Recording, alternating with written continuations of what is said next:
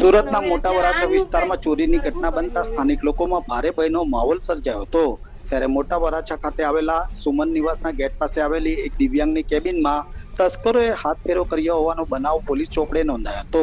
ચોરોએ કેબિનમાંથી અંદાજે 5,000નો માલ સામાન તેમજ 14,200 રૂપિયાની રોકડ મળી આશરે 20,000 રૂપિયાની ચોરી કરી ચોરી સમો ફરાર થઈ ગયા હતા।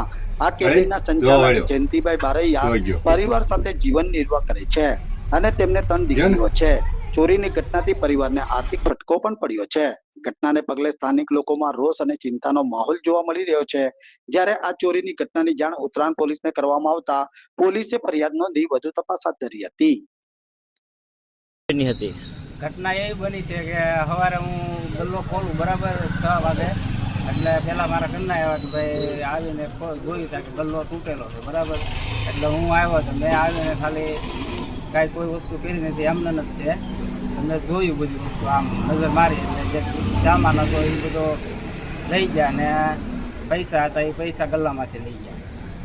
જયંતિભાઈ, તમે છેલ્લા ઘણા વર્ષોથી બીમારીથી લડી રહ્યા છો અને એ બાબતે તમે શું કહેવા માંગો છો અને તમારા ઘરે કેટલી દીકરીઓ છે?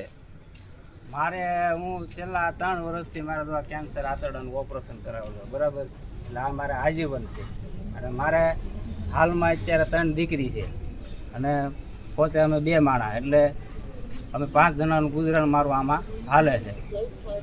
તો જયંતિભાઈ, આમાં તમે દવાખાનાનો ખર્ચો કાઢો, તમે આમાં ઘરનો ખર્ચો કાઢો, તો આમાં અંદાજિત ચોરી કેટલા રૂપિયાની રકમ થઈ છે?